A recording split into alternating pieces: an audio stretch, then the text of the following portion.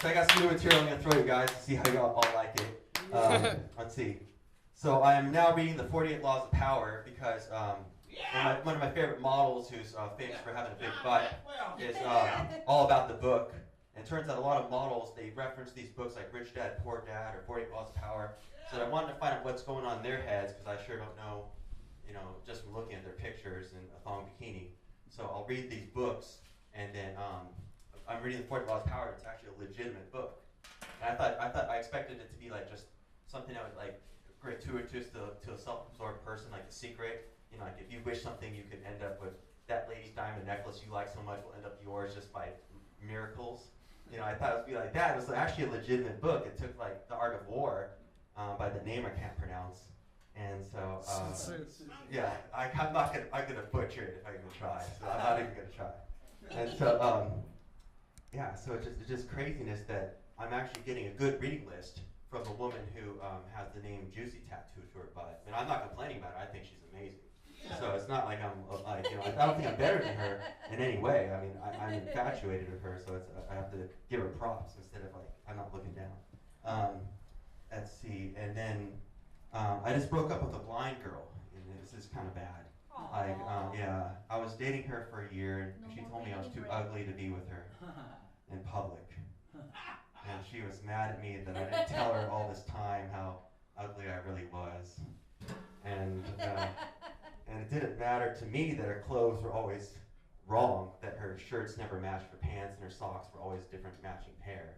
I always like went out in public and just kept my mouth shut about it to be a gentleman. And so she kind of looked like, not quite hipster, like a schizophrenic hipster is what she always looked like. So I was like, okay, and then she said,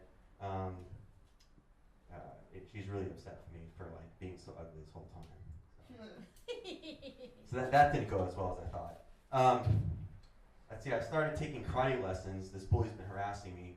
It turns out it's a booth babe at Comic-Con, one of those girls dressed in the French maid outfits.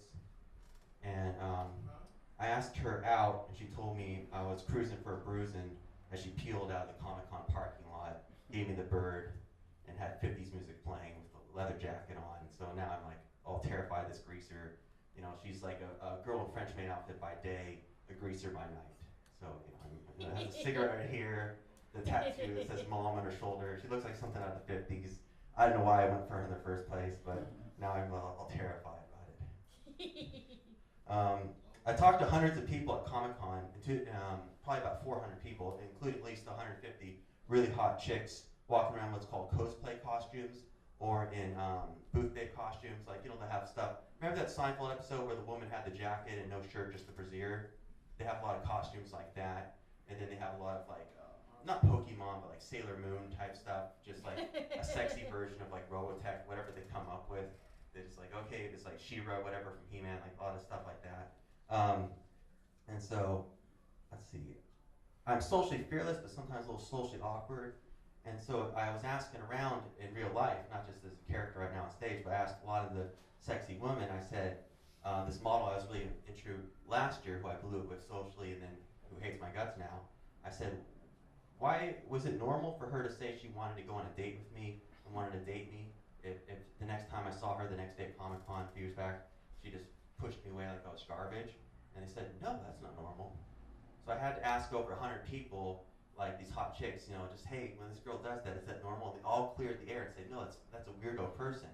I was like, oh, thank God, because like the whole time, I thought that's what hot chicks act like, is that they just like pretend they want to go on a date with you and ask you out, and then the next time they see you, they hate your guts, and they say, no, I think that's someone to be avoided. It's like, oh, thank God it's her, it's not me. It's like, it's actually the way I broke up with someone. I said, it's you, it's not me. So it turned out that was the way to go. It's like, okay, great. So I'm all about that. Let's see.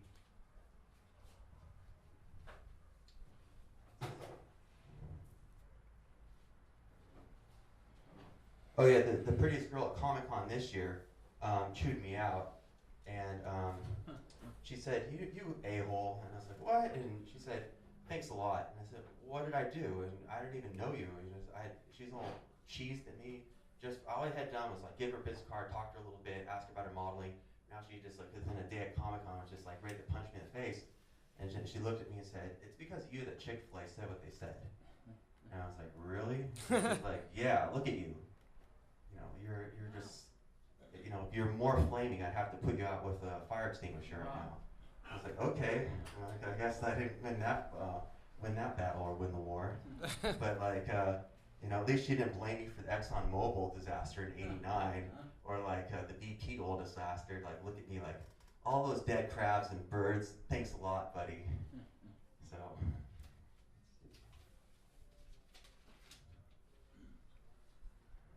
But here's a one I like.